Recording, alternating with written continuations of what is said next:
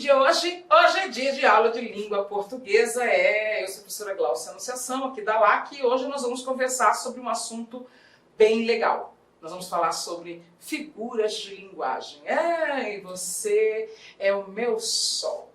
Vem cá! Você sabe para que servem as figuras de linguagem? Por que elas existem? Como é que nós as usamos? Né? Nós usamos as figuras de linguagem para dar mais expressividade à forma como nós transmitimos a nossa mensagem. Isso é, por meio delas, nós vamos dar uma manipulada na linguagem, manipulada no vocabulário, nas palavras, a fim de despertar uma emoção por meio do uso de sinestesias, de metáforas, de personificação, de antíteses. Nós vamos valorizar a informação, né? Aumentar a carga de subjetividade da nossa linguagem. Né? Vamos ver o que eu trouxe aqui para vocês. Figuras de linguagem são recursos expressivos. Lembre-se desse comando, tá? Recurso expressivo, porque pode ser essa frase, né? Opa, frase não, essa expressão que se use numa questão, né, da prova.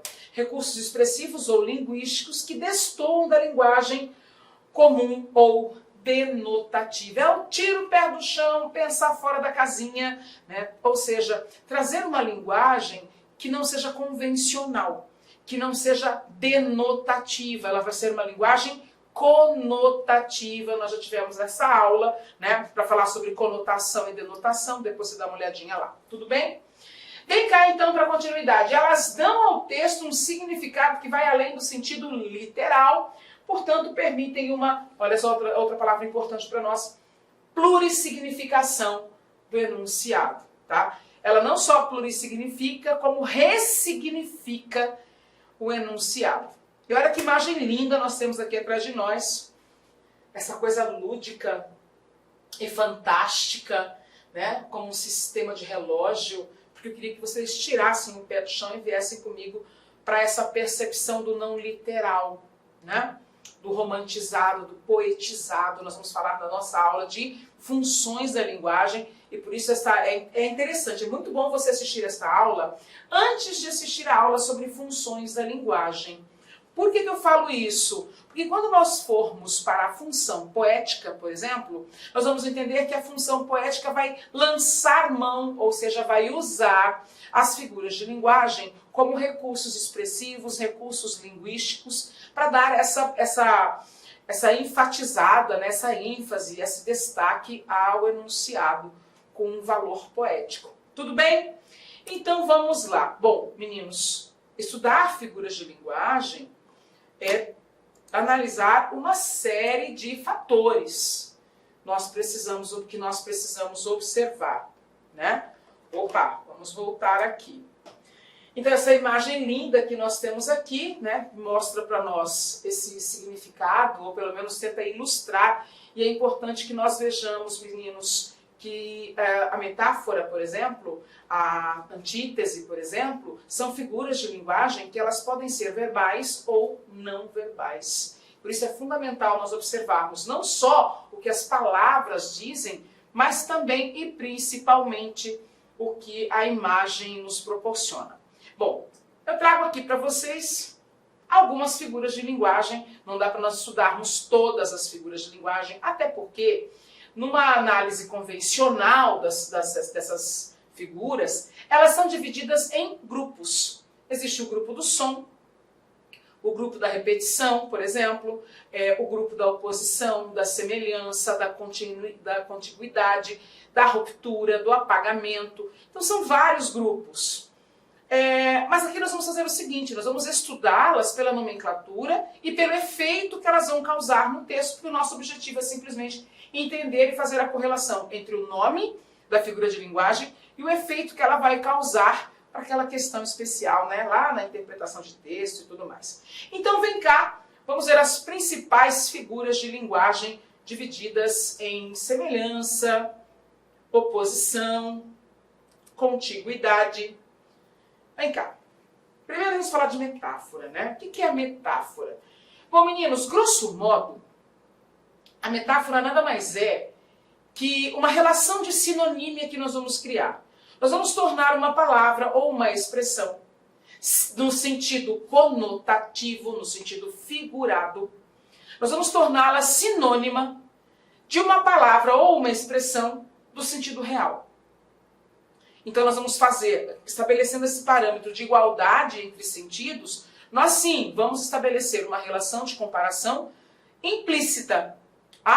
Porque a gente fala assim, metáfora é uma comparação implícita e subjetiva. Como se isso fosse suficiente para nós realmente entendermos o que é a metáfora.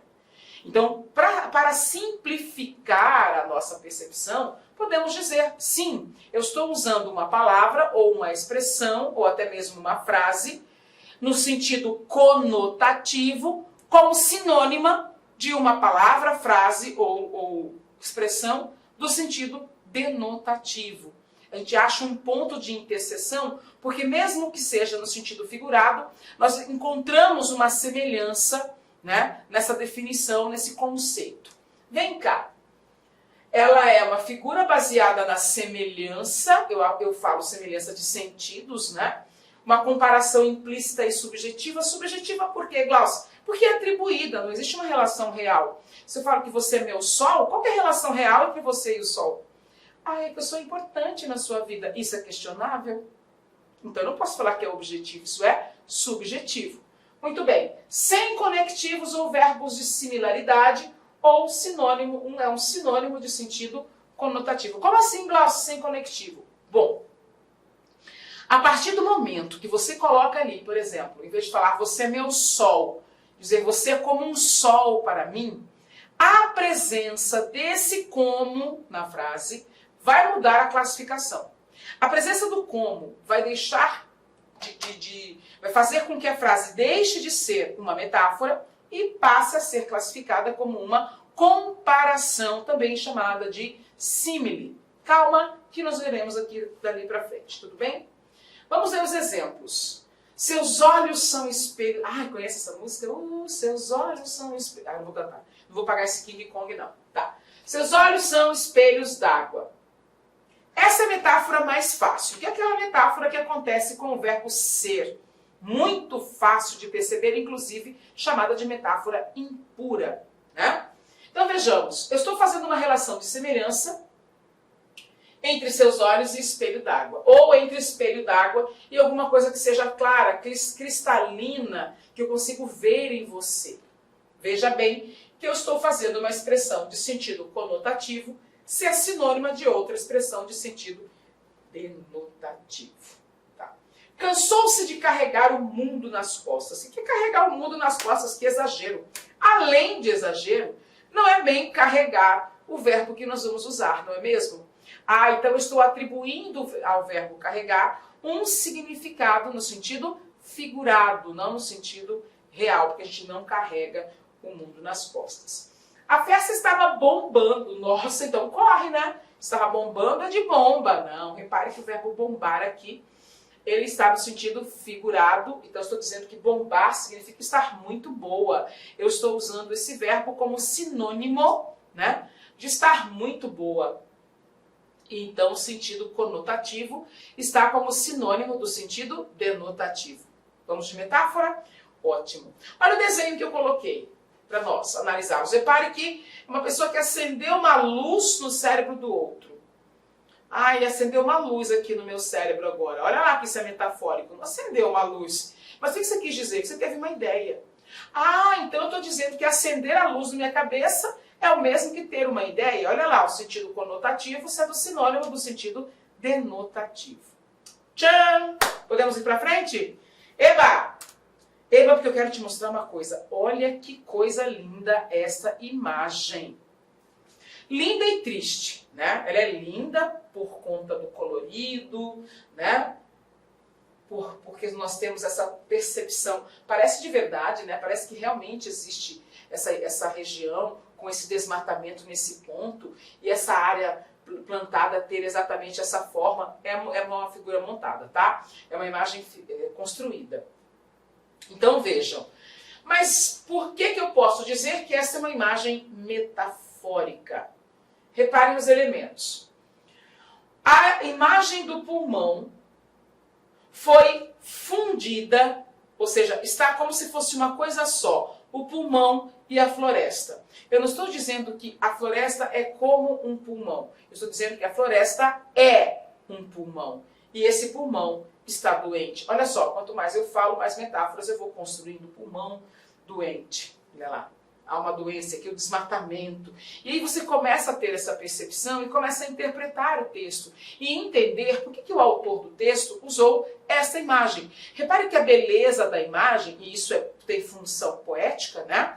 É trabalhada na cor, na forma e nessa conotação do desmatamento que prejudica, e se prejudica a floresta, nos prejudica, atinge nosso pulmão, modifica a nossa forma de respirar. Então, a mensagem do texto está embutida na própria imagem. É uma imagem que é um texto que não tem palavras, então é um texto meramente não verbal. Então, a expressividade tem que ser bem alta para que o autor consiga transmitir a sua mensagem de forma bastante clara. Né? Não vou falar objetiva porque aqui não é objetivo, aqui é subjetivo. Mas a clareza da informação por conta dos elementos imagéticos, né? As imagens que nós conseguimos decodificar, né? Que nós conseguimos interpretar baseado no nosso conhecimento de mundo. E sim, estamos dizendo aqui de um sentido figurado, né? No sentido conotativo que nós vamos analisar este texto.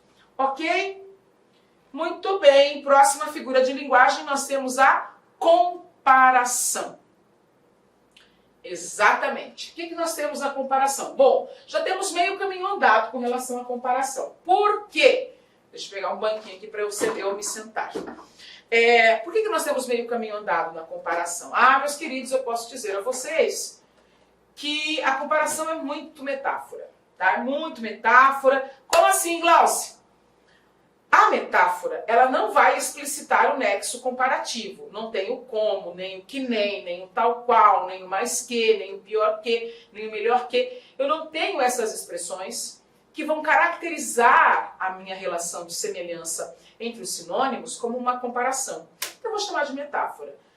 Entretanto, veja bem, a partir do momento que eu falo ou escrevo um verbo do tipo lembrar, assemelhar-se, parecer, ou se eu uso um nexo, um conectivo, né, um elemento coesivo, comparativo. Aí sim eu vou dizer que eu tenho uma comparação, também posso chamar de símile, com S, símile, que é a comparação. Então, como eu já comentei com vocês, se eu digo, você é um anjo, é uma metáfora.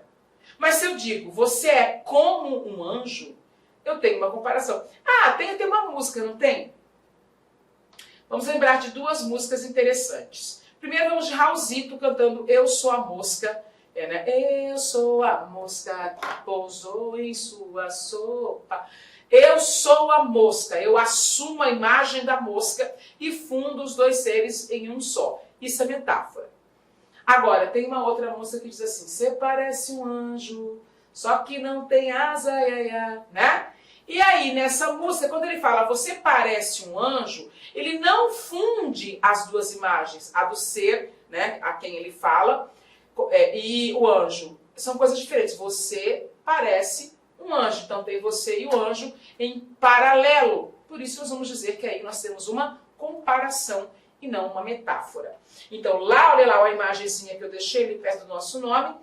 Na comparação, nós vamos estabelecer semelhanças ou diferenças. Eu me lembro, meninos, fofoca aqui. Eu me lembro de um slogan da Tramontina, que eu vi uma vez que foi cancelado. Era Tramontina, mais afiada que língua de sogra. Olha lá, mais que, né, eu tenho uma linguagem figurada com a expressividade, explicitando, o nexo comparativo, o mais que. Vejamos o que eu trouxe aqui para nós. Eu trouxe duas frases. Ele caiu como uma manga madura. Olha o tombo. Caiu como uma manga madura. Comparação, né, expressa ali no como. Ele dorme mais que o urso hibernando. Olha isso, mais que, o nexo comparativo aparecendo. Então a gente vai ter o mais que, menos que, tão quanto, tão como, até o coloquial que nem, né? Ou um verbo indicador de semelhanças, como parecer, assemelhar-se e lembrar. Você lembra uma deusa grega? Olha lá, que exagero e que comparação. Bom, trouxe para nós duas imagens, dois textos, né? Para vocês entenderem bem a comparação. A comparação vai fazer isso, ele vai estabelecer um paralelo. Aqui nós percebemos que as duas frutas é uma laranja, uma casca bem bonita, uma maçã bonita, tipo Branca de Neve, né? E nós conseguimos perceber as diferenças ao serem colocadas em paralelo, né? As frutas, eu consigo perceber as diferenças. Então sim, aqui nós temos uma imagem comparativa ou uma comparação imagética. Aqui nós já temos uma propaganda, né, da Alcatel, Intel, olha lá.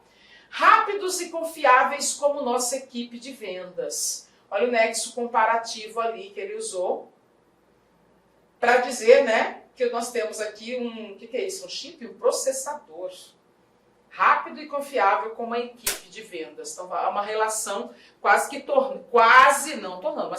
tornando esse processador um ser humano, né? Bom, próxima figura, metonímia. O que é a metonímia? É importante saber a diferença entre metonímia e metáfora. É importante fixar bem o valor de metonímia para não confundir metonímia com outras figuras de linguagem. Vejam só o que é a metonímia.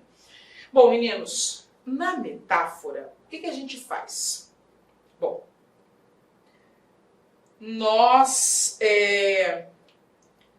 usamos uma relação de semelhança subjetiva entre dois elementos do enunciado. Então, se eu falo, por exemplo, eu já comi o pão que o diabo amassou. Muito bem. O que eu quis dizer? Glaucia, você quis dizer que você passou muita dificuldade. Beleza, é isso mesmo.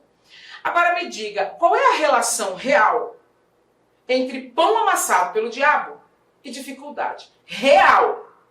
Não me vem com outra metáfora. E aí você chega à conclusão de que não tem uma relação real. Que é só uma expressão atribuída. Viu? Por isso é metafórico. Agora, o que acontece se eu digo, por exemplo, eu ganho meu pão com muito suor? Aí nós não vamos ter metáfora. Vai ser metonímia. Por quê? Porque a hora que eu falo, eu ganho meu pão, eu estou usando a palavra pão para representar o sustento. Viu? Representativo de sustento.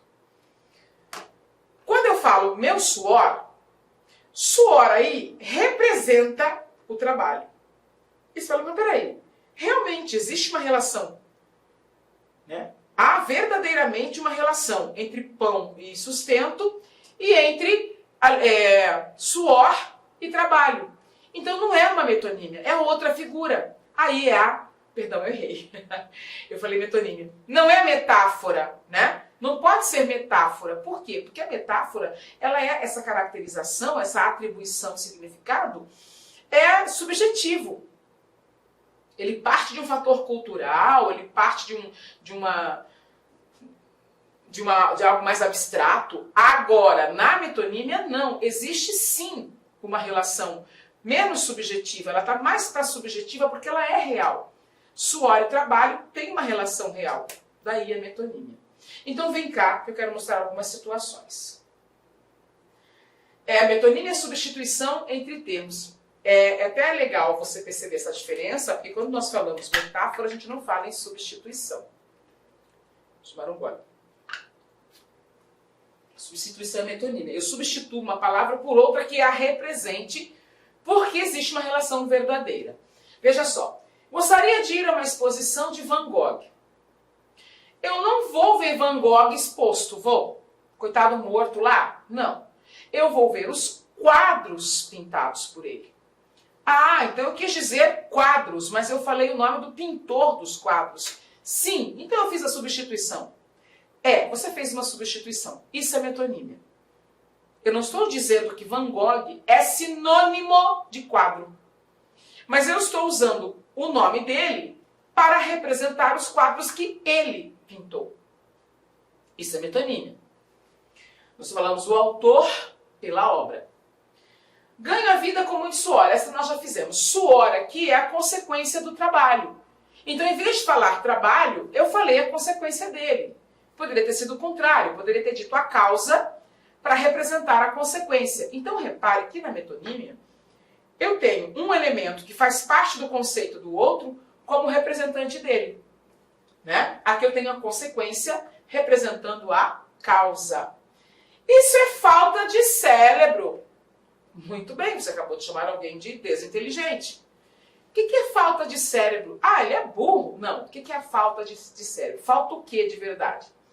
Falta inteligência. Ah, então você está usando a palavra cérebro como sinônimo de inteligência, certo? Certo. Por que isso não é uma metáfora? Bom, porque a inteligência está aqui, né? No cérebro, ninguém é inteligente no pé. Ah, então existe sim uma relação entre inteligência e cérebro. Uhum. Então isso não é metáfora, isso é metonímia. Estou usando o concreto, que é o cérebro, para representar o abstrato, que é a inteligência. E eu posso fazer o contrário também. Olha lá. Detesto lavar a louça do jantar. Aqui a matéria é pelo objeto, né? Você não lava a louça, você lava o prato. O prato é feito de louça. Ah, então lavar a louça significa lavar pratos? É. Pratos, xícaras, que são feitos de louça. Ah, eu vou polir toda a prataria. Quando você vai polir a prataria, você vai pegar o seu faqueiro de prata e passar silvo nele, né? Silvo, aquele produto para limpar a prata, que deixa, ó, tinindo. Propaganda, né? Não estou ganhando nada. Não estou ganhando nada por isso. Vem cá, você entendeu? Eu falei, e os cristais? Se eu falo de cristal no sentido de taças, é metonímia. Eu estou usando a matéria para representar o objeto. Você pode usar o nome do lugar para representar um produto famoso do lugar. Por exemplo, vamos fumar uma Havana, tomando um champanhe. Havana é o lugar em Cuba onde se fazem, dizem, né, que se fazem os melhores charutos. Champanhe é uma região na França onde se produz o único espumante que pode ser chamado de champanhe. Viu? Nós estamos usando lugar para representar um produto que é feito naquele lugar. Porto, por exemplo, faz o vinho do Porto, né? Olhem lá. Tem mais, eu posso falar, por exemplo, a marca pelo produto. Wesley Safadão, vamos de Wesley Safadão, para você não esquecer. Agora assista aí de camarote, eu bebendo gela, tomando, exatamente, tomando siroque. E o que é siroque? Glaucio, você está fazendo apologia ao álcool? Não, eu estou dando exemplo de metonímia. A siroque nem está me pagando. Então, quando ele fala tomando siroque, o que ele quer dizer? Tomando vodka. Mas, em vez de falar vodka, ele fala o nome da vodka. Porque naquele contexto é importante falar que é uma vodka que não é barata, né? Então, ele fala o nome da vodka. Então, eu tenho a marca pelo produto. Espera aí que hoje eu estou a pé. Deixei o meu Renault na concessionária. Eu já falei outra marca, né? Sem receber nada por isso. Mas para você entender o que é metonímia. Então, em vez de falar meu carro, eu falo a marca do carro. Ou o tipo do carro. Isso é metonímia também. Quando você fala, por exemplo, a medicina ainda não encontrou a cura para a AIDS. Não é a medicina, são os médicos, são os cientistas. A ciência, né? Então, eu uso a palavra que representa a ciência, em vez de falar do nome do cientista. Isso também é metonímia. Então, lembre-se, na metonímia, a relação é real. Existe um tipo de metonímia específica. Já vou mostrar aqui para você na imagem. Olha lá, vê. A vaquinha fofinha. Tenho muitas cabeças de vaca na minha fazenda. Uma pessoa tolerância zero diria assim, e você fez o que com o corpo delas? Né? Mas aqui nós vamos entender que é comum na linguagem, né, na agropecuária, na pecuária, usar a expressão cabeça em vez de falar o gado. Eu tenho uma res. Não, eu tenho uma cabeça de boi. Viu? Usar a cabeça para representar o corpo todo. Então, isso é um tipo de metonímia. Quando você usa uma parte para representar o todo ou o contrário, né? Aí eu tenho lá, por exemplo, pedir a mão em casamento. Também é metonímia. Alguns gramáticos chamam essa metonímia específica de sinédoque, com S. Sinédoque. Quando nós falamos, usamos a parte para representar o todo. Eu não tenho um teto para morar. Só o teto a gente resolve. O problema é facinho, viu? Então, na verdade, você não quis dizer o teto, você quis dizer a casa inteira. Mas lançou mão do teto, né, que é uma parte da casa, para representá-la. Isso também é metonímia ou sinédoque. Quando você fala assim, eu não ponho mais os pés nessa casa. Vai entrar plantando bananeira? Não, né? Mas não põe os pés, quer dizer, eu não venho mais aqui. Você fala pés, mas está, na verdade, se referindo a você como um todo, viu? A parte pelo todo, o singular pelo plural, quando você fala assim, brasileiro tem que ser estudado. Quantos brasileiros? Todos, né? Então, não é brasileiro, tem que ser brasileiros.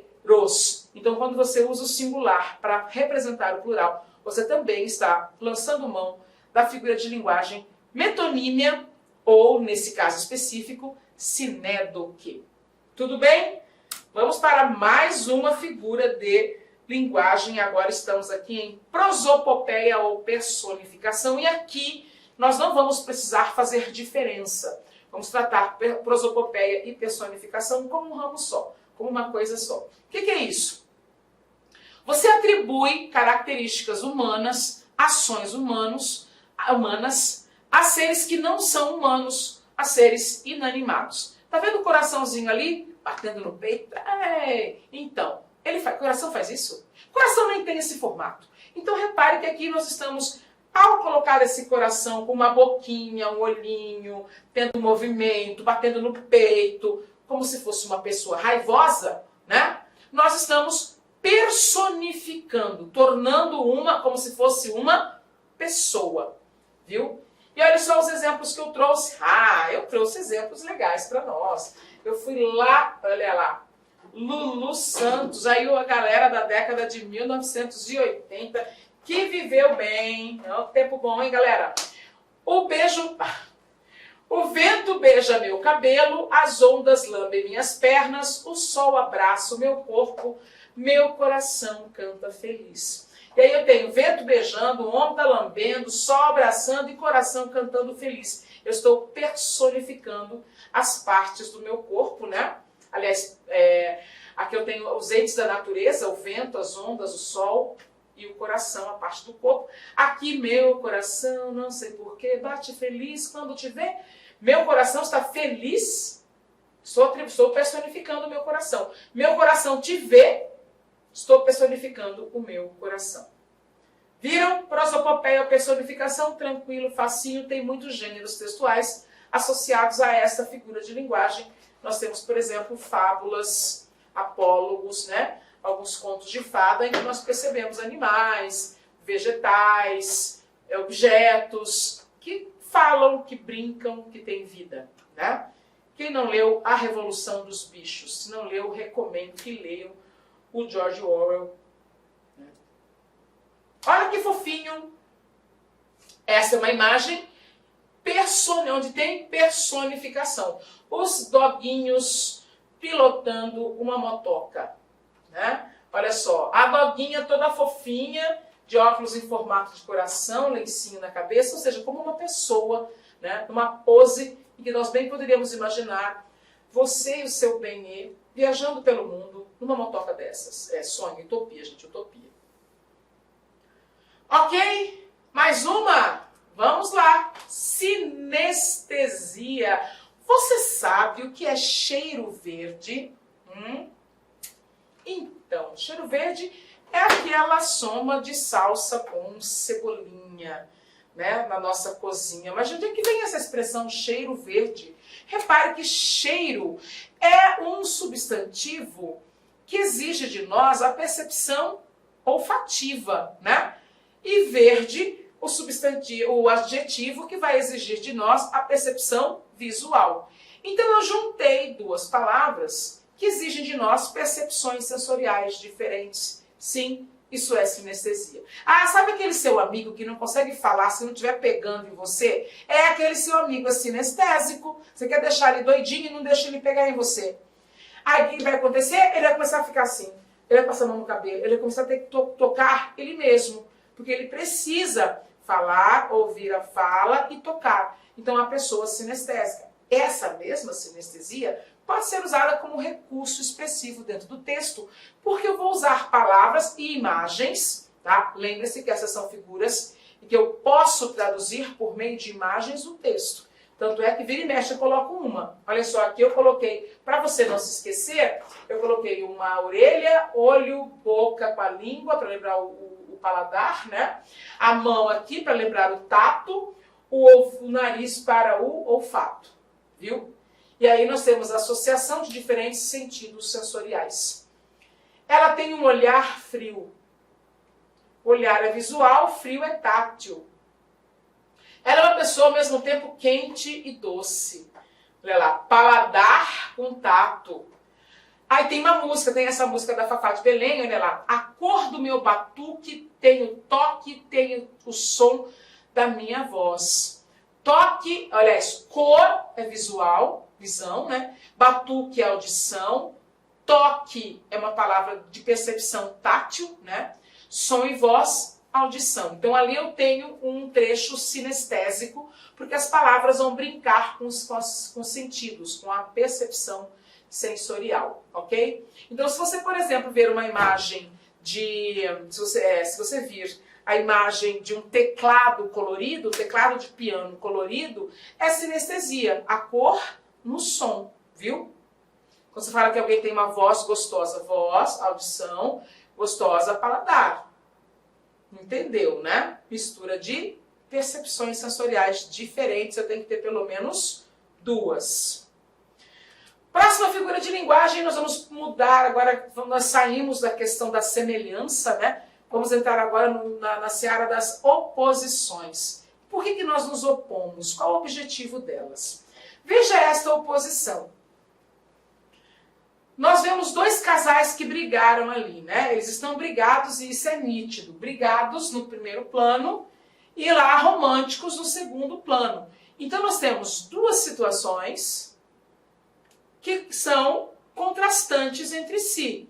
Mas as duas estão sendo apresentadas tranquilamente. Um casal que está assim quando deveria estar daquele jeito. Um casal que está assim, zangado com o outro, mas queria estar daquele jeito. Então, assim como a metáfora faz isso, perdão, assim como a comparação faz isto e a metáfora faz isto, nós vamos entender que a antítese faz isso também. Ela consegue mostrar os dois lados da situação. Tá? Então eu tenho um jogo de antônimos, se for em palavras, antítese, né? Tem que dizer que ali a gente tem uma antítese visual.